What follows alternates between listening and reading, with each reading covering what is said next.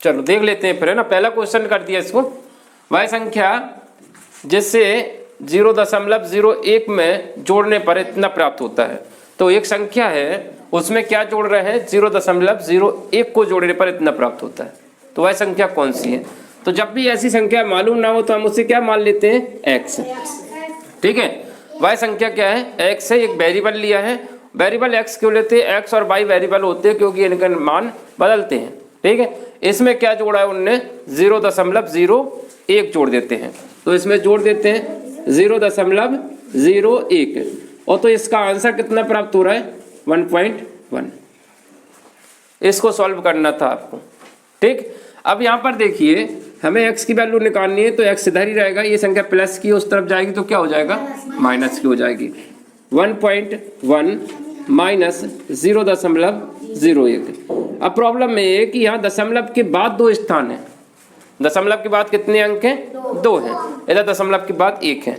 तो हमने क्या कहा था, बैलेंस करने के लिए हम इधर इसको 2 बना सकते हैं। ठीक, अब इसको माइनस कर दीजिए, माइनस करना आता है आपको। तो देखो क्या करेंगे, 1.10 में से 1.01 माइनस करेंगे तो आंसर आ जाएगा।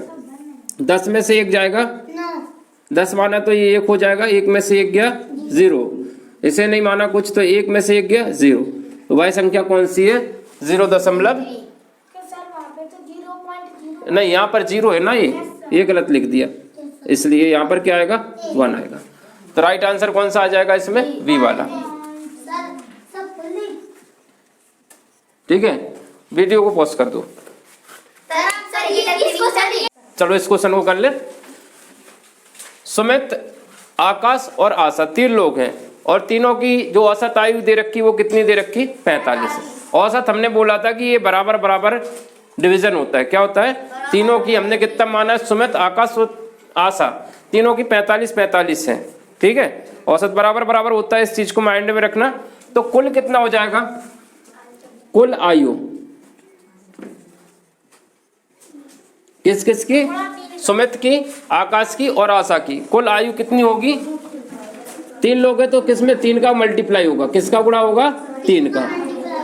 45 दूनी 90, 45 तिया 135 है, तो कितना आएगा, 135 वर्ष।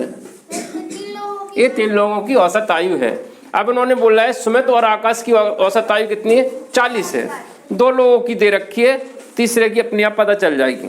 ठीक है, चलो 2 लोगों की औसत आयु कितने की है, 3 की है, 3 की कुल आयु और 2 की कुल आयु।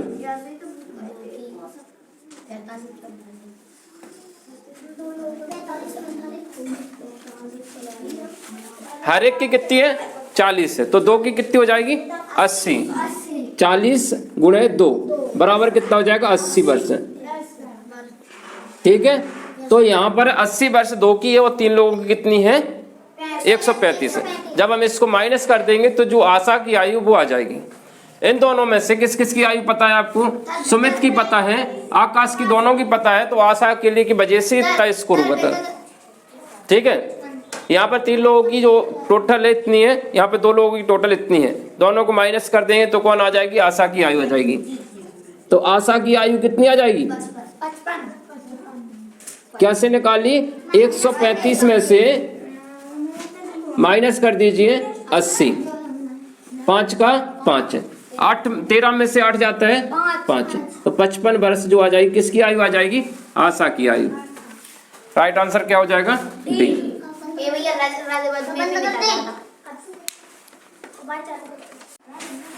यहाँ पर क्वेश्चन नंबर 3 है, राम श्याम से 3 वर्ष बड़ा है। हमने इस तरह से क्वेश्चन देख, पहले तो कौन कौन है, राम है, श्याम है और मोहन है, 3 लोग हैं। ठीक है, तो राम को हम क्या मान लेते हैं, ए मान लेते हैं, श्याम को बी मान लेते हैं और मोहन को सी मान लेते हैं। ठीक है, यहाँ पर राम यानी ए बी से बड़ा है, कितना, 3 वर्ष बड़ा है। तो पहली शर्त में ये दे रखा है कि ए जो है यानी राम बी से कितना बड़ा है, 3 वर्ष। बी से बड़ा है तो प्लस कर दिया बी में, जिससे बड़ा होता उधर प्लस कर देते, छोटा होता तो क्या करते, माइनस कर देते। तो यहाँ पर ए बी से 3 वर्ष बड़ा है, ए बड़ा है किससे, बी से 3 वर्ष, तो प्लस है। अगली बार में बोला श्याम, श्याम क्या थे, श्याम बी है, तो हम यहाँ पे बी लिख देते हैं। बी सी से 2 वर्ष बड़ा है, यहाँ पे बी लिख देते हैं। वी किससे बड़ा है, सी से, कितना बड़ा है, 2 वर्ष है, तो हमने 2 इसमें जोड़ दिया। यहाँ पे बोला है राम की आयु, राम कौन है, ए है, ए की आयु कितनी दे रखी है, 17 वर्ष है, यानी ये बराबर कितना हो जाएगा, 17 हो जाएगा। तो बी पता चल जाएगा, बी पता चल जाएगा तो सी भी पता चल जाएगा। चलो यहाँ पर क्या दिया है तुमको, राम की आयु यानी ए बराबर कितना दे रखा है, 17 वर्ष। ए की जगह पे क्या आ जाएगा इसमें, 17, ए की जगह क्या आ जाएगा, 17, तो यहाँ पे लिख दिया 17। वी प्लस 3, 3 ये प्लस का है, दूसरी तरफ आएगा तो क्या हो जाएगा, माइनस का, तो 17 में से 3 जाएगा तो कितना बचेगा, 14। तो जो बी है वो बी कौन है, ये 14 वर्ष आ जाएगा। ठीक है, ये आयु है राम की, ये बी किसकी है, श्याम की, तो श्याम की आयु कितनी आ गई, 14 वर्ष।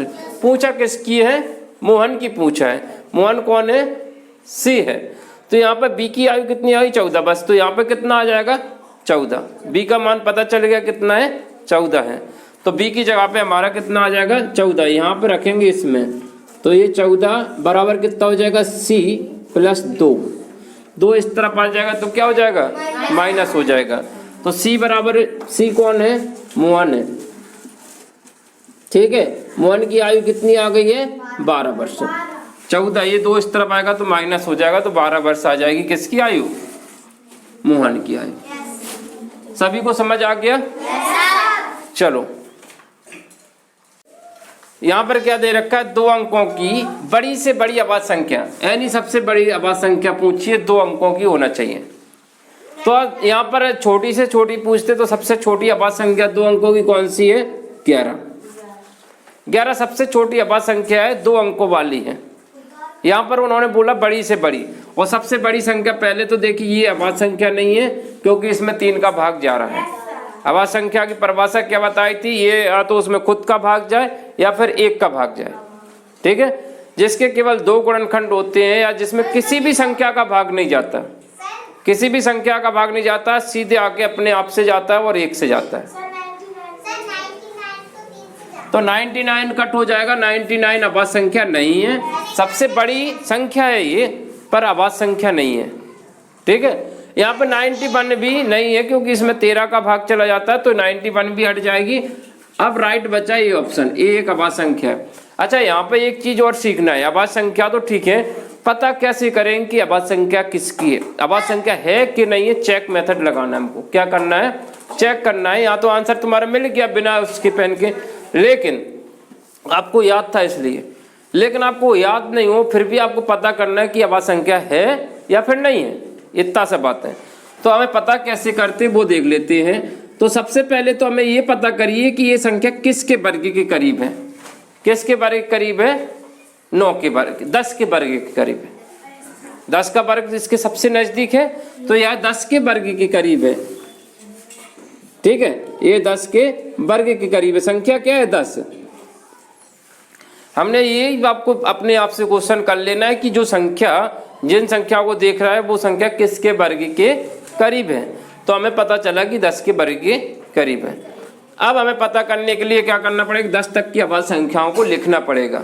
10 तक की आवाज संख्या कौन कौन सी होती, 2, 3, 5 और 7। अगर इनमें से किसी भी संख्या से इसमें भाग चला जाता है तो ये आवाज संख्या कभी नहीं हो सकती।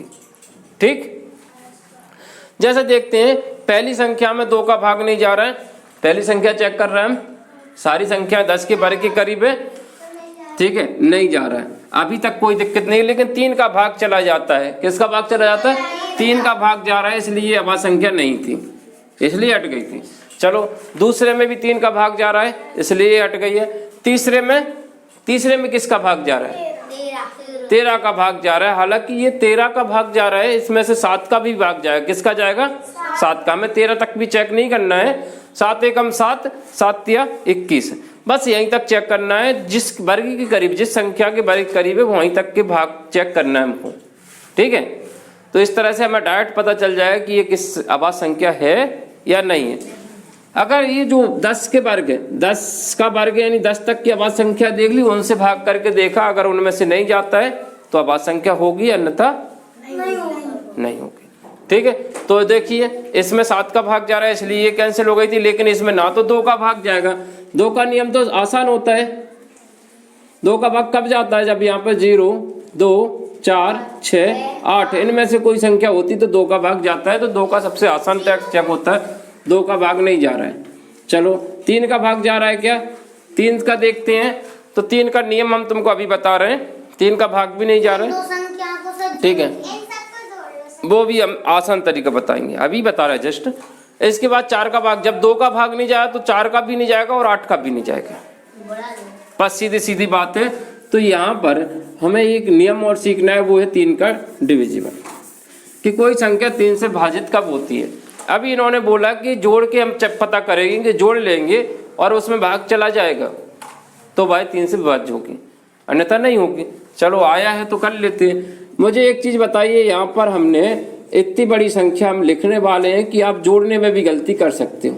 नहीं करेगी, रुक तो जाओ, टाइम लगेगा। अब मुझे इससे चेक करना है कि इसमें 3 का भाग जा रहा है कि नहीं जा रहा है। ठीक है, अगर हमने बोला कि इनके सभी अंकों को जोड़ लीजिए, क्या कर लीजिए? जोड़ लीजिए और 3 से भाग चला जाएगा तो जाएगा कि नहीं जाएगा। अभी आप नहीं बता सकते, इतना इंटेलिजेंट नहीं हो। ठीक है, इसे चेक करने के लिए देखिए 3 का भाग अगर इसमें जाएगा, क्या जाएगा? 3 का भाग जाएगा तो 3 के मल्टीपल्स हम इसमें काटना शुरू कर देंगे। इस 3 को हटा दीजिए, इसमें 3 का भाग जा रहा है। ठीक है, आसान विधि है, ये तुम्हें कहीं नहीं मिलेगी, पूरे यूट्यूब में नहीं मिलेगी, इसलिए ध्यान दे लो।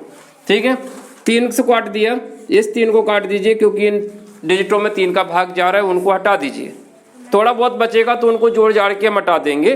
फिलहाल ये 6 गया, ये गया, ये गया, थोड़ा सा जल्दी हो जाएगा। हमारे पास अब जो बाकी डिजिट है उनको चेक करना है। चलो देख लेते हैं। यहाँ पर 4 दूनी 8 और 4 तिया 12, इन तीनों को हटा दीजिए, क्योंकि इन 12 में 3 का भाग चला जाएगा। जोड़ने के बाद भी हम हटाएंगे, जब भी 3 का फैक्टर बन जाएगा या 3 का गुणज बन जाएगा तो उसको हटाते जाएंगे। अब हमारे पास बचा क्या है? 7, 7 और 7 14, 14 और 4 18। ठीक है, इनमें से हटा दीजिए, कौन कौन हट गए? ये हट गए। अभी हमारे पास बचा है 0 और 5। अब इसमें भाग नहीं जाएगा। क्यों नहीं जाएगा? क्योंकि अगर ये यहाँ पर 0 की जगह पे हम बंद कर देते तब ये पूरी संख्या में भाग चला जाता 3 का। ठीक है, जादू टोना नहीं कर रहे कि आपने जादू टोना करके बोल दिया कि जा रहा है। कैसे जा रहा है? बिना चेक मेथड के हम नहीं बता पाएंगे। तो जब 3 का और 9 का सेम रूल है, 3 का और 9 का सेम रूल है, बस 3 के लिए 3 से विभाजित काटेंगे, 9 के लिए 9 का विभाजन काटेंगे। ठीक है, अगर एक संख्या 9, अगर ये संख्या पर 9 का मेथड लगाते कि ये 9 से भाग जा रहा है कि नहीं जा रहा है, हमने कुछ छोटी सी इस तरह से संख्या लिखी है, तो सभी को जोड़ना पड़ेगा। तो जोड़ना नहीं है आपको, आपको काटना है। ठीक है, सबसे पहले तो 9 को काट दीजिए, 6 और 3 9 हो गए, इन दोनों को काट दीजिए। 5 और 4 9 हो गए, इन दोनों को काट दीजिए। 6 और 3 9 हो गए, इन दोनों को काट दीजिए। 5 और 4 9 हो गए, इनको काट दीजिए। अब ये जो बची हुई है इनका योगफल 9 नहीं हो रहा है, तो सीधा आंसर पहुंच जाएगी कि इसमें 9 का भाग नहीं जाएगा। 9 का भाग कब जाता? जब यहाँ पे 3 कर देते हैं। हाँ, अभी हम कुछ और चीज समझा रहा, आप कुछ और समझ रहे हो। यहाँ पर हम ये देख रहे हैं कि अगर कोई संख्या में 3 का भाग जाता है तो उसे पता कैसे करते हैं 3 का भाग कब जाता है। ठीक है, समझ आ गया? बेहतर है और जल्दी आंसर तक पहुंच जाएंगे, क्योंकि आप डिजिटों को जोड़ लेंगे। तो मैं हर किताब में यही बताया कि इनके अंकों को जोड़ लीजिए, 3 से भाग दे दीजिए, भाग अगर मल्टीपल्स बन जाएगा तो जाएगा भाग, अन्यथा नहीं जाएगा। अब मुझे इतनी लंबी सीरीज को जोड़ने की बोले तो बहुत टाइम लगेगा, और एक आध छोटी सी मिस्टेक हुई तो ये आंसर गलत हो जाएगा। इसलिए काटना शुरू कर देंगे, 3 के मल्टीपल्स को काट देंगे, 3 के योगफल को काट देंगे। ठीक है, दोनों में आंसर पता चल जाएगा। ठीक है, अगला क्वेश्चन की तरफ चलते हैं। यहाँ पर 5वां क्वेश्चन भी आप आ चुका है, अब इसकी तरफ देखें। ठीक है, यहाँ पर क्या बोला है? 36 किलोमीटर प्रति घंटा। यहाँ पर जब इस तरह की जो यूनिट लिखी होती है किलोमीटर प्रति घंटा, तो भाई क्या होती है? चाल होती है। ट्रेन की चाल आपके सामने है, क्या है? 36 किलोमीटर प्रति घंटे। इसका मतलब हमने क्या बताया था कि ट्रेन 1 घंटे में कितना चल रही है, 1 घंटा में 36 किलोमीटर जाती है। ठीक है, 1 घंटे में 36 किलोमीटर, इसका मतलब उसकी चाल है ये, चल रही है।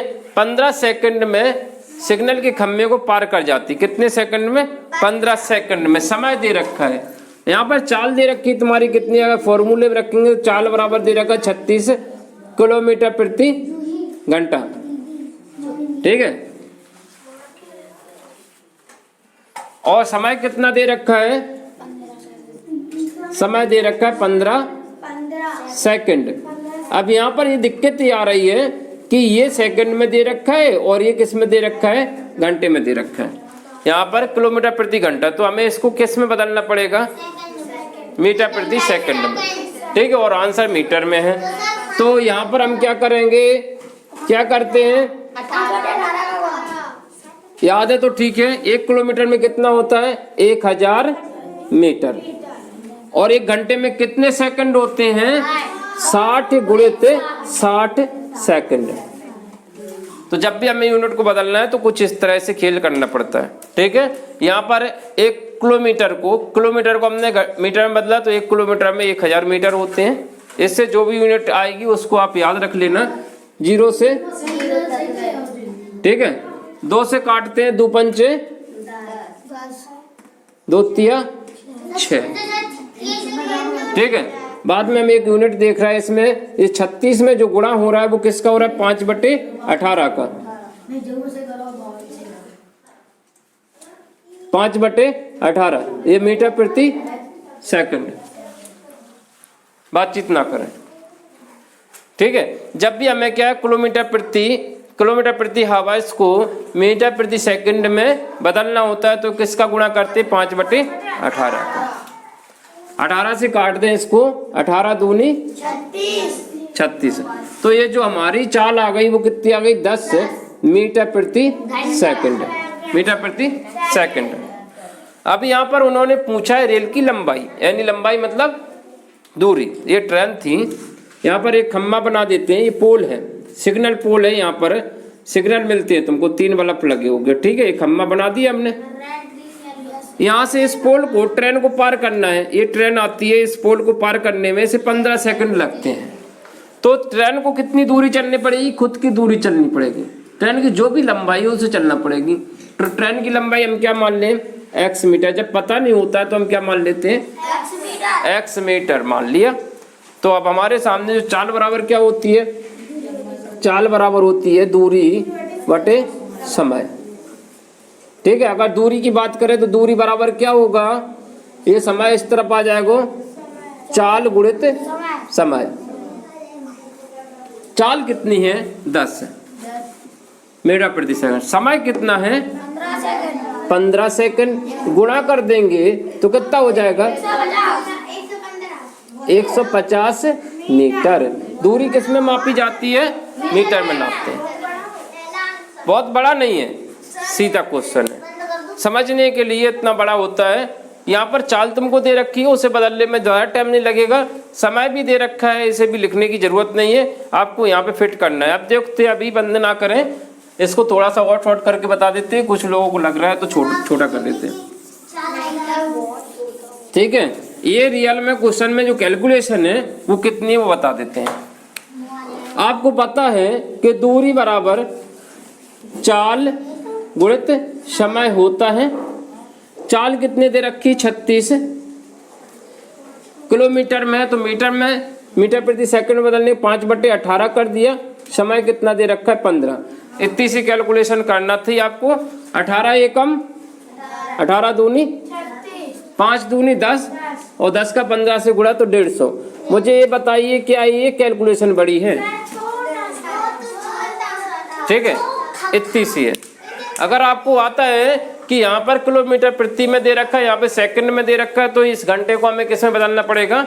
सेकंड में बदलना पड़ेगा। अगर ये घंटे में दिया होता तो हमें किसी चीज से परेशान नहीं होना था, सीधा गुणा कर देते। ठीक है, यूनिट का विशेष ध्यान रखना क्योंकि यूनिट का खेल रहता है इसमें, वहाँ पे गलतियाँ होती हैं। नेक्स्ट क्वेश्चन लगाएं। एक तो आप परेशान कर रहे हो वैसे। टाइम। इधर देखो, अब बातचीत मत करो। 100 और 300 के मध्य कितनी संख्या 7 से विभाज्य है?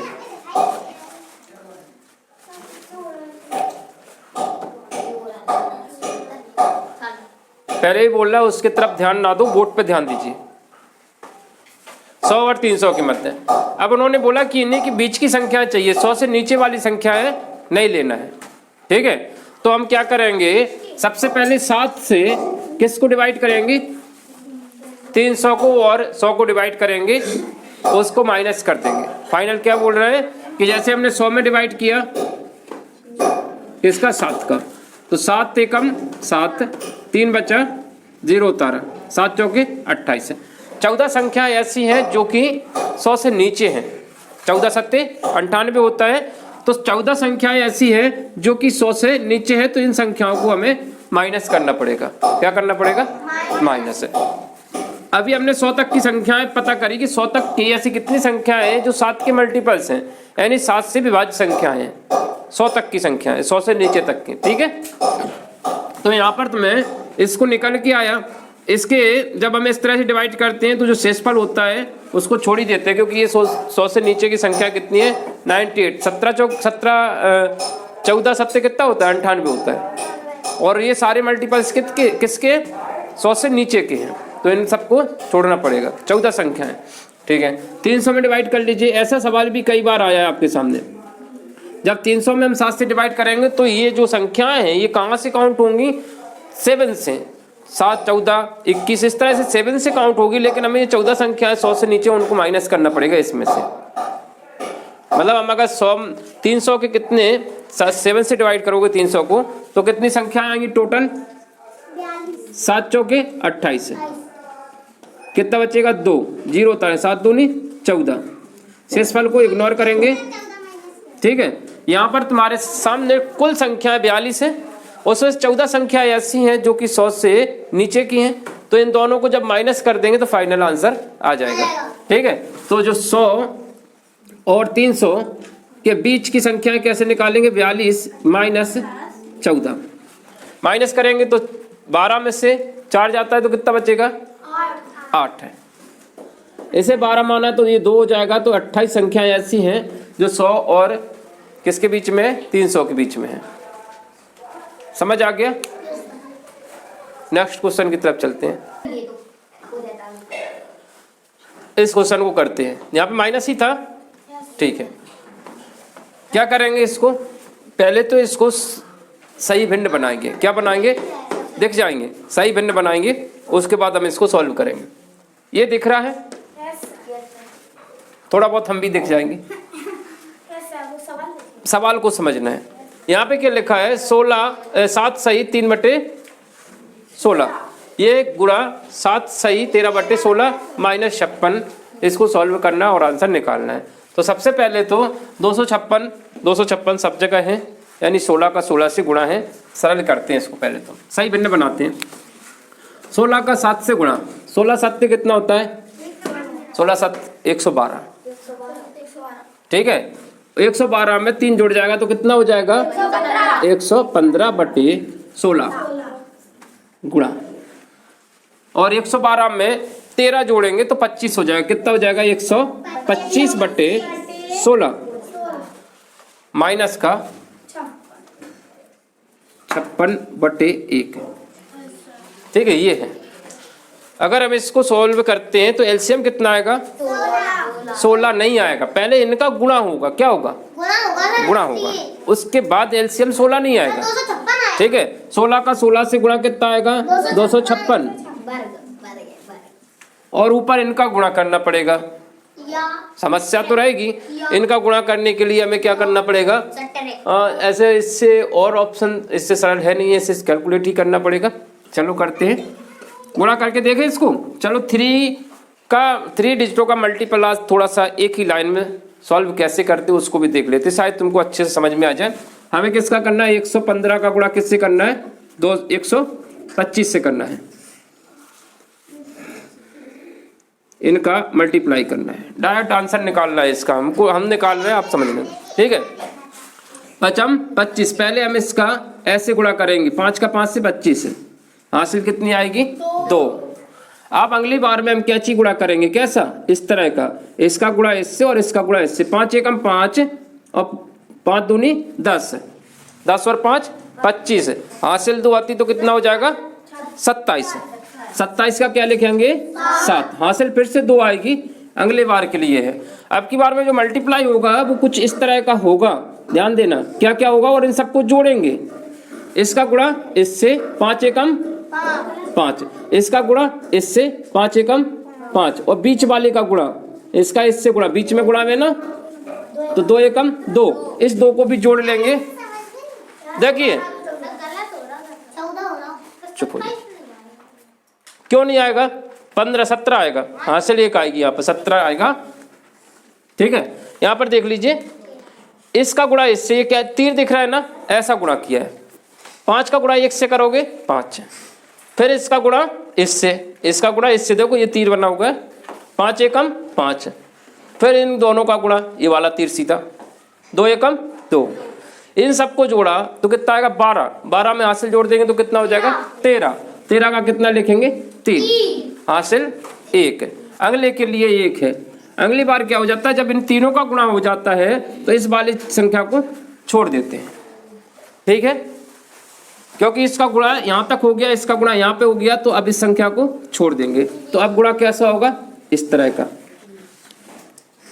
ठीक है, 2 एकम 2, 1 एकम 1, 2 और 1 3, हासिल 1 जोड़ लेंगे तो कितना आ जाएगा 4।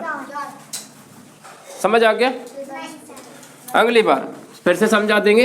ये उधर दिख रहा है, इसमें इसका इससे गुणा 1 है, तो यहाँ पर इनका गुणा आ चुका है इतना। देखिए इसमें इस तरह का गुणा करने के लिए सबसे पहले हम यहाँ से शुरू करते हैं। इन दोनों का गुणा कितना है 25, 25 का 5 लिखा, इसके लिए हासिल कितनी आई थी 2, फिर गुणा इसका इससे किया, 5 एकम 5, ये वाला गुणा हो गया इधर, और इसका गुणा इससे होगा तो 10, 5 और 10 15, हासिल 2 जोड़ देंगे 17 की 7। यहाँ पे पहुंचे तो इसका गुणा किससे होगा, इससे, 5 एकम 5, इसका गुणा इससे 5 एकम 5, इन दोनों का गुणा 2 एकम 2, इन सबको जोड़ा 12 और हासिल जोड़ दिया 13 की 3। उससे जल्दी हो जाता है क्योंकि उसमें 3 बार प्लस माइनस यहीं पर हो जाता है, इसका मौखिक भी हो जाता है कुछ। इसके बाद देखिए जब ये गुणा लास्ट तक पहुंच जाता है तो इस संख्या को छोड़ देते हैं, इसको क्या कर देंगे छोड़ देंगे, बारी बारी से छोड़ना शुरू करेंगे। ठीक है,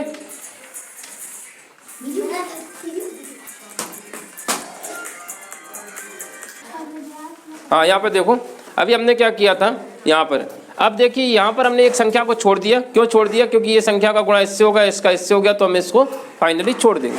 अब हमारे पास ये 4 संख्या बची है, तो इसका गुणा इससे और इसका गुणा इससे किया, ये आके ठीक है, उसकी हासिल भी हमने जोड़ दिया तो यहाँ पर आ जाएगा। लास्ट में फिर जब इसका गुणा हो जाता है किससे, इसको छोड़ देंगे, एक एक से छोड़ना शुरू कर देंगे, इनका आप उसमें गुणा हो गया तो ये तुम्हारे सामने 1 आ गया।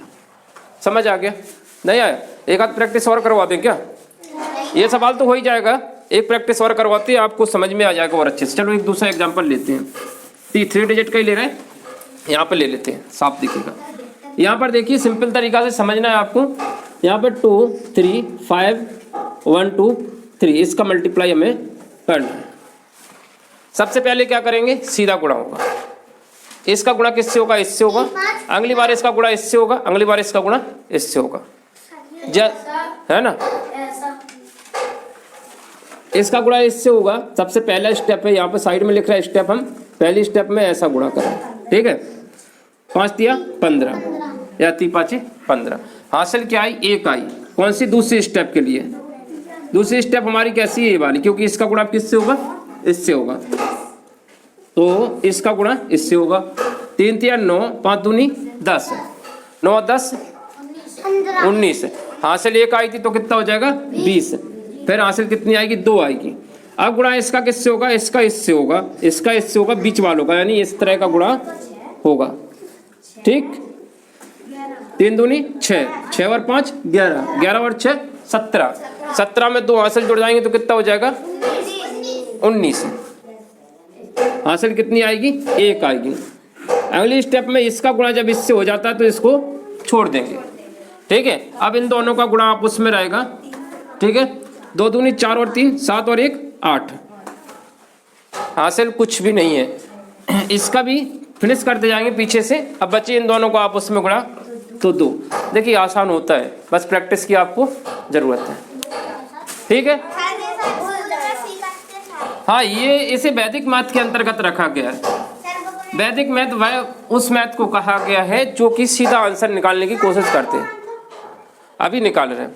अभी इसका जो आंसर आया था वो कितना आया था मल्टीप्लाई, सही से 14,375 ये आ गया था, राइट है। अब इसमें यहाँ पर देखिए माइनस लगा हुआ है 56 गुणित, इसमें किसका गुणा होगा, इसे 256 बनाना पड़ेगा। एलसीएम कितना आया 256, तो 256 का इसमें गुणा करना पड़ेगा, 256 का इसमें करना पड़ेगा। तो यहाँ पर 256 का गुणा होने वाला है क्योंकि एलसीएम हमारा कितना आया 256, इनका गुणा और करना है। क्योंकि एलसीएम के जो क्वेश्चन होते हैं उन्हें सॉल्व करने के लिए हर की संख्या एक जैसी होना चाहिए, तभी ये सॉल्व होते हैं, अन्यथा नहीं होते हैं। ठीक है, इस तरह की जो भिन्न होती है उनके लिए हमें नीचे की संख्या एक जैसी बनानी पड़ती है। और यहाँ पर 1 था इसलिए हमें 256 इधर 256 है तो इधर 256 बनाने के लिए ऊपर नीचे गुणा कर दिया। अब ये 256 है उससे हम एक ही बार लिखेंगे। ठीक है, लिख लेते हैं 256 ऊपर, इन दोनों का मल्टीप्लाई कर लेते हो और जो भी आंसर आएगा उसको माइनस करना है, सीधा आंसर आएगा। चलते हैं 256 का गुणा 56 से सीधा कर रहे गुणा जैसा अपना जो तरीका है। 36 हासिल 3, 6 30 और 3 33, 6 दूनी 12 और 3 15, 5 1 30 हासिल 2, 5 25 27 हासिल 2, 5 दूनी 10 2 12, 6 3 2 4 1, कितना है यहाँ पर आया 1400, लिख ही देते हैं। यहाँ पर 1400 375, यहाँ पे 1400 236 है। हम तो यहीं पे घटा देते हैं, हालांकि तुमको जैसे घटाना वैसे घटा लेना। 15 में से 6 जाएगा, कितना बचेगा 9। ठीक है, 15 में से 6 गया 9 बचा। इसे 15 माना तो ये जो संख्या हो जाएगी वो कितनी हो जाएगी 4 हो जाएगी। 7 में से 4 जाएगा 3। ठीक है, कुछ माना नहीं था, 3 में से 2 गया 1, 4 में से 4 अब कुछ नहीं बचा है, तो यहाँ पर तुम्हारा आंसर आ चुका है। ठीक है, ऐसा आंसर कहाँ पर है, फिर कहाँ पे गलती किया, नहीं ये 1 बचेगा यहाँ पर, 2 में से 1 बचेगा ना, यहाँ पे 3 में से 2 जाएगा, कितना बचेगा 1 है। 100 ऑप्शन में गड़बड़ी हो गई होगी कहीं पे, नहीं सर आपने खुद बता दिया सर, ये गलत हो गया सर, माइनस 3 हो जाता सर। कौन सा ये वाला सर आपने ऑप्शन तो बदल दिए थे। रुक जाइए, ऑप्शन देखो राइट आंसर क्या है भाई ये सर 45 तो यहाँ पर गलती हुई है कहीं पे मल्टीप्लाई में, चेक कर लें। माइनस करना 6 36 हासिल 3, 6 5 30 33, 6 दूनी 12, 12 और 3 15, 6 5 30 हासिल 3 और 5 25, 25 और 3 28 होता है, यहाँ पे गलती है। ठीक है, तो ये राइट आंसर क्या हो जाएगा, यहाँ पे 3 है तो 39 मिलेगा। सही आंसर कौन सा होगा, सी वाला। बंद कर दो इसको सर, आप करते सर। किसी आयत का परिमाप 48 मीटर है, परिमाप कभी भी वर्ग मीटर में नहीं होता, ठीक है, तथा लंबाई चौड़ाई से 2 मीटर अधिक है। लंबाई चौड़ाई से कितना अधिक है, 2 मीटर अधिक है। अधिक के लिए हमें क्या करना पड़ेगा, प्लस करना पड़ेगा। अब यहां पर मान लेते हैं हमें लंबाई पता है, क्या पता है, लंबाई पता है। चौड़ाई अगर मान लेते x मीटर है तो लंबाई कितनी हो जाएगी, x + 2 हो जाएगी। ठीक है, माना चौड़ाई कितनी है, x मीटर है तो लंबाई कितनी हो जाएगी, 2 अधिक है x + 2 मीटर। समझ आ गया। परिमाप क्या होता है, आयत का परिमाप है, आयत का परिमाप है बराबर 2 गुणा लंबाई प्लस चौड़ाई। ठीक, परिमाप की जगह पे कितना आ जाएगा, 48 आ जाएगा। परिमाप की जगह पे कितना है 48। इस पूरी संख्या की जगह पे है 48, आयत का परिमाप 48 दिया है। तो गुणा लंबाई कितनी दे रखी है, लंबाई दे रखी है x प्लस 2, चौड़ाई कितनी दे रखी है x, 2 से इसे काटेंगे 2 एकम 2, 2 दूनी 4, 2 चौके 8, 24 बार में ये कट जाएगा। ठीक है, क्योंकि ये गुणा वाली संख्या इस तरफ लाएंगे तो भाग में आएगी, तो हम डायरेक्ट काट लेते हैं यहाँ से। ठीक, x और x कितना हो जाएगा 2x प्लस कितना है 2 बराबर कितना है 24। ये 2 प्लस का है, इस तरफ आएगा तो क्या हो जाएगा माइनस का, कितना बचेगा 22। 22 बराबर 2x, 2 से इसे काटेंगे 11 आएगा, तो x बराबर कितना आ गया 11 मीटर, जो कि ऑप्शन में भी आंसर नहीं है इसका, क्वेश्चन गलत था इसलिए। ठीक है, यहाँ पर इसका जो राइट आंसर होगा वो कितना होगा 11 मीटर। ध्यान दीजिए, अगर क्वेश्चन यहाँ पर बिल्कुल बाकी सब ठीक किया है वो देख लेते हैं, एक बार चेक कर लेते हैं। लंबाई चौड़ाई से 2 अधिक है, बिल्कुल राइट है। लंबाई हमने चौड़ाई x लिया है तो लंबाई कितनी हो जाएगी, इतनी हो जाएगी। ठीक है, यहाँ पर जो है आयत का परिमाप बराबर क्या होता है 2 गुणित लंबाई प्लस चौड़ाई। ये रहा, ये रहा। ठीक है, यहाँ पर x और x 2x हो गया, और ये 2 इस तरफ आएगा तो 22 हो जाएगा, और इसे काटेंगे तो 11 आंसर राइट होगा। ठीक है, यहाँ पर राइट आंसर क्या होगा 11, जो कि इस ऑप्शन में था नहीं। क्वेश्चन हो जाते हैं गलती, किताब जो पेपर होता है कई बार गलती होते हैं। पहली बात तो यहाँ पर आप देख ही रहे हो कि यहाँ पे वर्ग मीटर लिख दिया था उन्होंने, तो वो भी गलत था। ठीक है, अगला करो क्वेश्चन। यहाँ पर देखना, एक दुकानदार क्रय मूल्य को 20% बढ़ाकर क्रय मूल्य जो भी था उसका 20% बढ़ा देता है, किस पर अंकित मूल्य लिखता है, क्या लिखता है क्रय मूल्य पर बढ़ाता है वो। मान लेते हैं क्रय मूल्य को 20% बढ़ाकर उसे अंकित मूल्य लिखता है, तो वह 10% छूट देता है, तो उसे लाभ प्रतिशत कितना होगा। तो सपोज सबसे पहले हमें क्या करना पड़ेगा, ये क्रय मूल्य को निर्धारित करना होगा कि क्रय मूल्य क्या होगा, क्रय मूल्य क्या होगा। सबसे पहले हमें क्या करना पड़ेगा, क्रय मूल्य।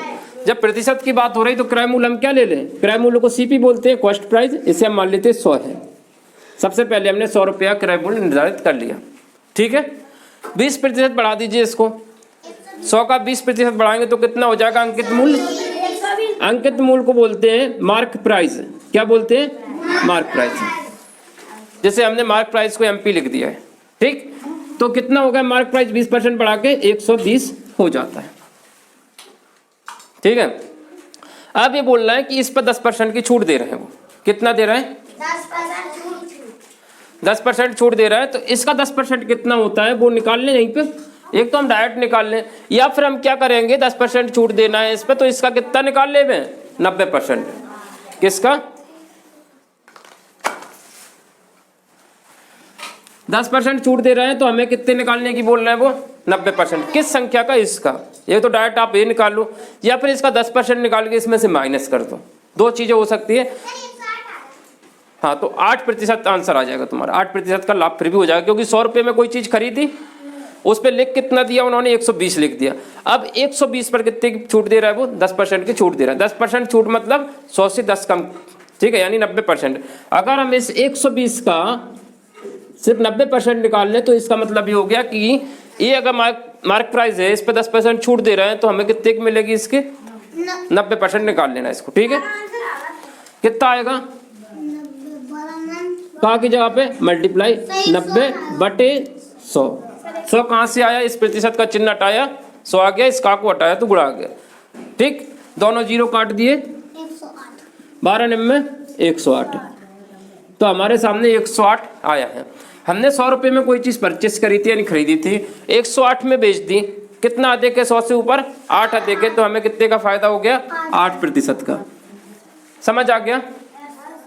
अगर इसी में ये बोल देते, सपोज मान लें, इसको मिटा रहे हैं, कुछ भी बोलते हैं, अगर मान लेते वो बोलते कि इस पर 40% की वृद्धि कर देते, वो मार्क प्राइस 40% बढ़ा देते हैं, तो हमारे पास जो क्रय मूल्य था वो कितना था 100 है, 40% बढ़ा देंगे तो मार्क प्राइस कितनी हो जाएगी 140 है। अब वो यहाँ पर 20% की छूट देते हैं, कितने की देते हैं 20% की। 20% की छूट देना यानी मतलब 80% निकालना रहेगा। कितना निकालना रहेगा? 80%। तो उससे क्या आ जाएगी? सेलिंग प्राइस आ जाएगी। क्या आ जाएगी? Selling price. तो सेलिंग प्राइस पर वो क्या कर रहे हैं? 20% की छूट देते हैं संख्या पर, तो हमें 140 का कितना निकालना पड़ेगा? 80%। 100 से 20 कम। छूट देना मतलब कम करना, ठीक है। तो अगर हम इसका 80% निकालते हैं तो अब जो लाभ आएगा वो कुछ अलग आएगा। 14 अट्ठे 112।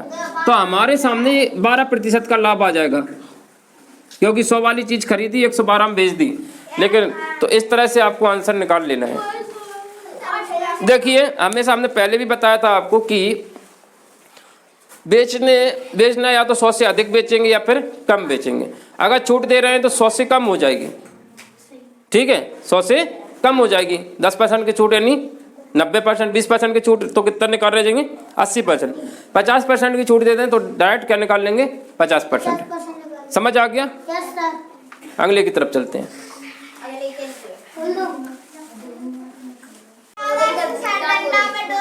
अरे हम क्या बताएं, ऐसे जोकर है इसलिए तो रिजल्ट खराब होते हैं इन लोगों की।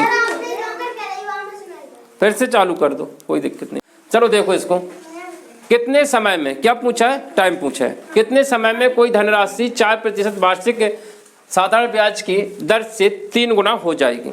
तो यहाँ पर अब आपको क्या है? प्रिंसिपल पता नहीं है, नहीं है मालूम, तो हम पहले सबसे पहले प्रिंसिपल निर्धारित कर लेंगे। कोई भी वैल्यू मान सकते हो आप, x, y, z, ठीक है। तो अब मान लेते हैं सिंपल सा 100 मान लें।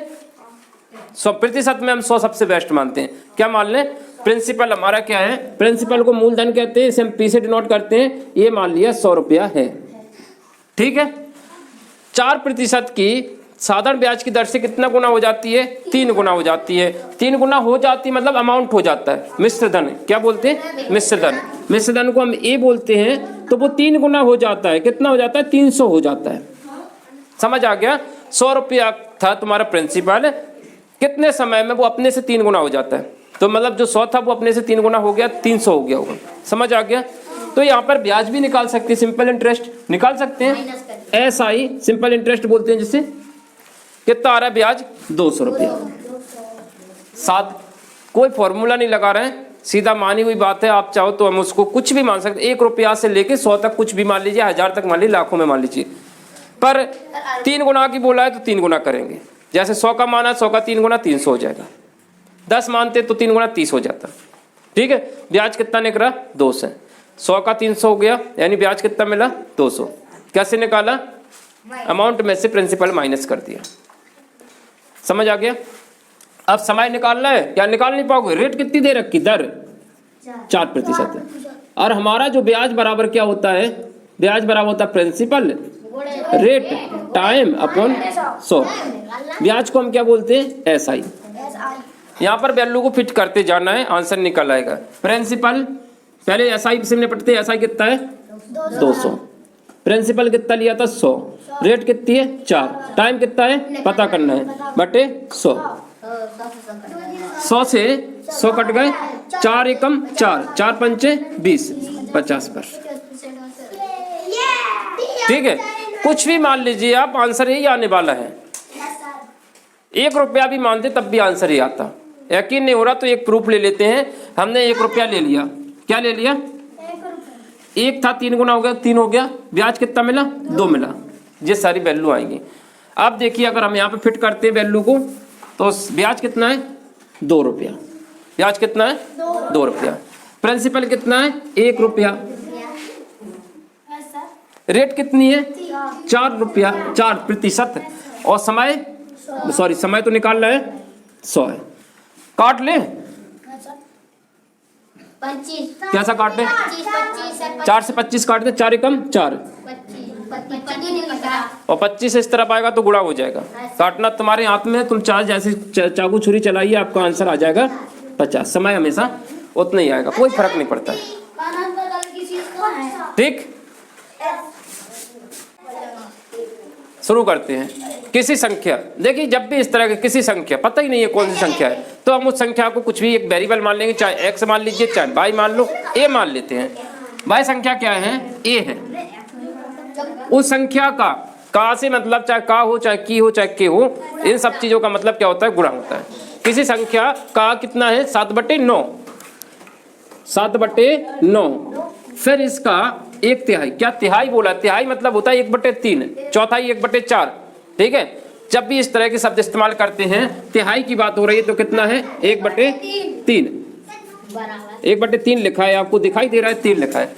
इसके बाद ये बोलते हैं कि ये 1/3 कितना है 49 है। जिस तरह से क्वेश्चन ने बोला है हम उसी तरह से करेंगे, इसमें हम कुछ भी अपने तरफ से नहीं करते हैं। किसी संख्या ए मान लीजिए चाहे x मान लीजिए, एक संख्या ए है, उसका 7/9वां भाग, उसी का फिर 9वें भाग का 1/3 तिहाई। इसको जब हम सॉल्व करेंगे तो आंसर आ जाएगा 7 एकम 7, 7 सत्ते 49। डायरेक्ट हम काट देंगे, डायरेक्ट जब हम काटेंगे तो हमारे सामने ये आ जाएगा। अब ये संख्या जो है भाग में है, भाग वाली संख्या उस तरफ जाती है तो किस में जाती है, गुणा में। तो ए का जो मान आएगा वो कितना आएगा, ये दोनों संख्या भाग में तो 9 27, 27 उस तरफ जाएगा गुणा में, तो 27 गुणित 7 हो जाएगा, इस संख्या से गुणा हो जाएगा। 7 सत्ते 49। तो ये 2 ऑप्शन अपने आप काट जाएंगे अगर तुम देखोगे तो, क्योंकि आखिरी में क्या है 0 है, और यहाँ पर इनका इकाई अंक कितना आएगा 9 आएगा, ठीक है। 7 सत्ते 49। ऐसा हमने क्यों काट दिया, इसलिए काट दिया क्योंकि कई बार क्या होते हैं सारे इकाई अंक अलग अलग होते हैं, तो सारे ऑप्शन इकाई अंक से भी आ जाते हैं, इतना बड़ा गुणा करने की जरूरत नहीं पड़ेगी। फिलहाल यहाँ पर 7 सत्ते 49 हासिल कितनी आएगी 4, 7 दूनी 14 और 4 कितना होता है 18, तो आंसर कितना आ जाएगा, तुम्हारे सामने आंसर ए हो जाएगा, ठीक है। क्वेश्चन अगले की तरफ चलो। क्वेश्चन नंबर 12, यहाँ पर डिवाइड दे रखा है, डबल डिवाइड दे रखा है। तो सबसे पहले क्या करेंगे, इसका अंडर रूट हटाएंगे, किसका हटाएंगे, इसका। ये किसी संख्या का वर्ग है, 27 का नहीं होगा, 27 का इकाई अंक 7 होता है और इकाई अंक का स्क्वायर करेंगे तो 9 आएगा, तो ये 26 का है, किसका है 26 का, ठीक है। वर्ग के लिए हमने आपको बताया था वर्ग निकालने का सीधा तरीका, 25 का वर्ग, 25 का वर्ग कितना होता है 625 है, 25 से तो ज़्यादा है, इकाई अंक कितना है 6, इकाई अंक 6 है तो या तो ये 24 का होगा या फिर 26 का होगा। 24 का हो नहीं सकता क्योंकि 24 का तो इससे भी कम होगा, तो हमारे पास किसका वर्ग होगा ये 26 का, तो ये किसका वर्ग है 26 का, तो इसकी जगह पे आ गया 26 भाग 13, फिर उसका भाग कितना है 0.25। सबसे पहले हम इसको हल कर लेते को, 26 में 13 से भाग दिया तो आंसर मिला 2, आंसर आ गया 2। अब ये दूसरा भाग है, आप कर सकते हो, ठीक है। ये पॉइंट कटेंगे, भाग मतलब बटे होता है, सब पता है, भाग और बटे डिवाइड सब एक ही जैसे हैं, तो ये कैसा है 2/0.25 है। दशमलव कटेगा तो ऊपर कितने आएंगे 100 आएंगे, ठीक। 25 से कम 25, 25 चौके 100, 4 दूनी 8। अब इसके अगर पॉइंट में लिखना है तो इधर कितने भी 0 लगा दीजिए, कोई फर्क नहीं पड़ता, आंसर है 8 है। तो ऐसा आंसर कहाँ पे है डी में। अगले क्वेश्चन की तरफ चलो, साइलेंट। यहाँ पर देखते हैं, यहाँ पर तुम्हें क्या निकालने के लिए बोला है HCF है, HCF निकालना है। 27, 99 और 15 का HCF क्या होगा, ठीक है। तो हमें सबसे पहले कॉमन फैक्टर देखना होगा। HCF का मतलब क्या होगा, HCF जानते हो क्या होता है, हाईएस्ट, HEIG,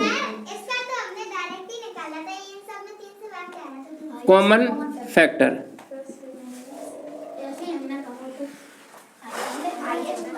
रुक जाइए, फैक्टर मतलब होता है मल्टीपल्स, उसके highest common highest common factor. Factor मतलब वह होता है कि जैसे देखते हैं 27 के सारे फैक्टर लिखते हैं, 27 के सारे फैक्टर लिखते हैं, कॉमन तो बाद में निकालेंगे, पहले 27 में किस किस संख्या से भाग जा रहा है वो लिखते हैं, ठीक है। 27 देखो एक अलग तरीका बता रहा है, उसके बाद तुम्हें बता देंगे। 27 के सारे फैक्टर क्या होगा, 1 से भाग जाएगा, 3 से भाग जाएगा, 9 से भाग जाएगा और कुछ 27 से भाग जाएगा। इसके सारे फैक्टर हैं, ये इसके फैक्टर है, क्यों है, क्योंकि इन सब से इसमें भाग जा रहा है, इसी के फैक्टर होंगे, ठीक है। 99 के देखते हैं, फिर इन तीनों में कॉमन देखना है कि क्या कॉमन है, आंसर आ जाएगा। और भी कई तरीके हैं HCF निकालने के लिए, लेकिन उसका मीनिंग समझना होगा कि आखिर HCF होता क्या है और हाईएस्ट ही क्यों लेते हैं इसमें, वो भी समझना होगा। एक बार इसको समझ लोगे तो आंसर जल्दी पहुंच जाएंगे। 99 को क्या लिखेंगे, सबसे पहले 1, फिर 3, फिर 9, फिर 11, फिर खुद 99। इतने संख्याओं से इसमें भाग जा रहा है। हाँ 33 और है इसमें, 33 तिया 99। इसके बाद 15, तो यहाँ पे 15, 1, 3, 5 और 15। अब इसमें देखना हाईएस्ट कॉमन फैक्टर लेना है अपन को। इसके सारे पहले तो कॉमन फैक्टर निकाल लेते हैं। क्या निकालना है, कॉमन फैक्टर है। अभी हाईएस्ट की तो बाद में बात करेंगे, पहले कॉमन फैक्टर क्या है वो देख लेते हैं, क्योंकि उसका मीनिंग समझ रहे हैं। कॉमन फैक्टर, कॉमन फैक्टर क्या है, यहाँ पर 1 है, 1 भी तो कॉमन फैक्टर होगा इसका, 1 HCF क्यों नहीं है, ठीक है। दूसरा इसमें क्या है, 3 है, तीसरा कुछ है ही नहीं है, और कुछ है क्या, और कुछ नहीं दिख रहा है। तो इसमें से तुम्हें क्या लेना, हाईएस्ट वाला लेना है। तो हाईएस्ट कॉमन कौन सा इसमें, 3 है। तो इसका आंसर क्या आ गया, 3 आ गया। समझ आ गया। हाईएस्ट क्यों लेते हैं, अगर हम इसका एलसीएम निकालते तो अलग बात हो जाती है।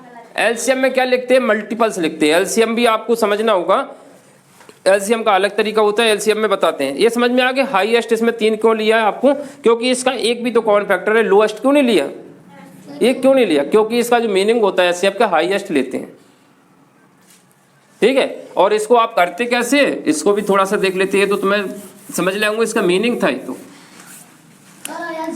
27, 99।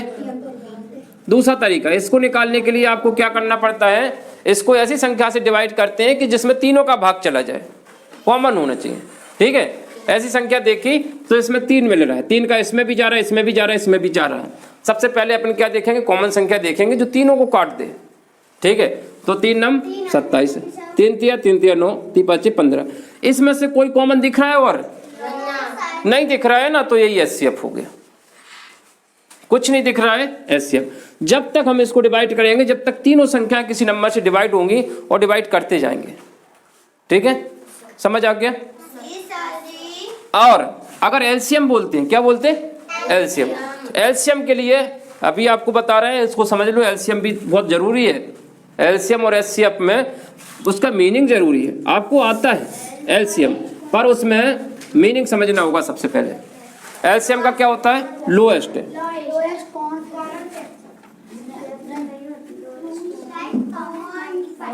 लोएस्ट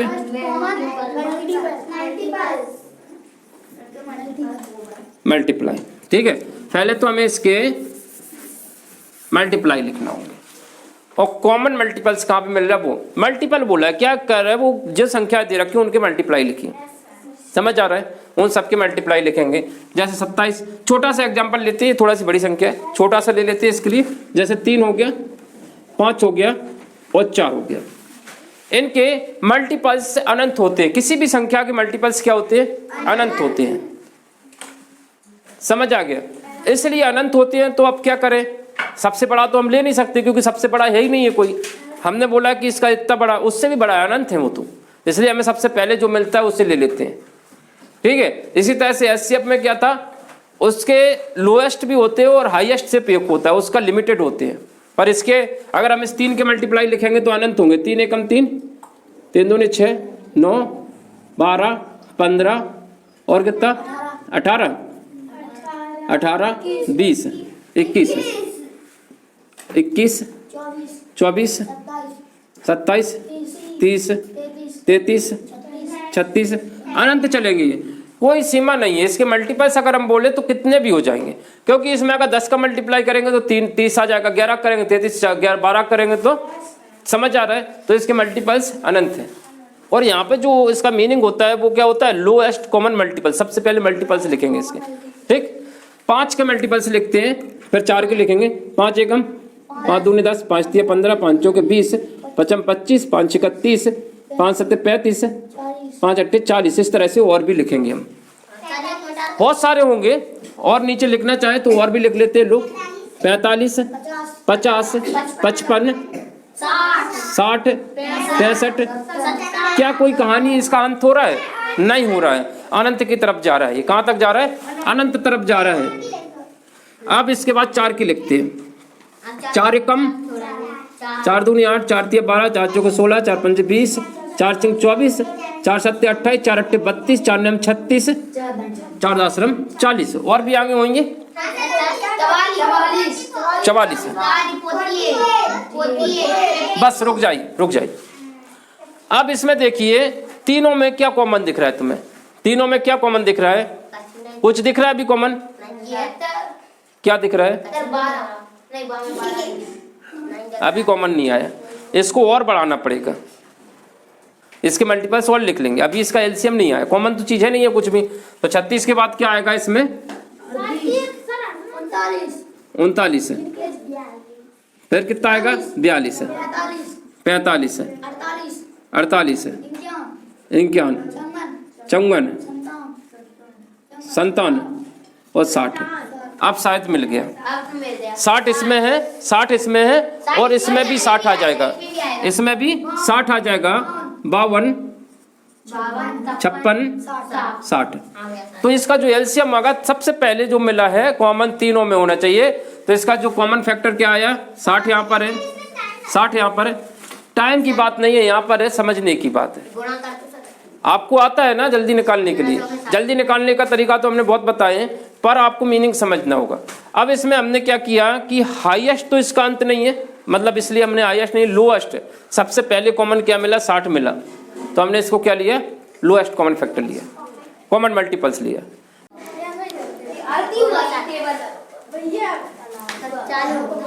यहाँ पर देखिए किसके निकटतम देखना है? लाख के निकटतम देखना है, लाख। तो पहले तो देखते लिखा कितना है। इकाई, दहाई, सैकड़ा, हजार, 10,000, लाख है। इकाई, दहाई, सैकड़ा, हजार, 10,000, लाख है।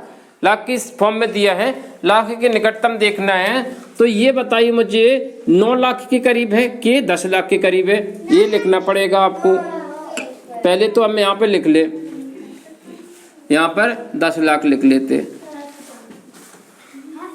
5, ठीक है। तो ये 9 लाख के करीब है कि 10 लाख के करीब है? इसका फैसला कौन करता है? ए वाला। ये अगर 9.5 लाख से, मतलब यहाँ पर अगर संख्या 5 से अधिक होती, किससे अधिक होती?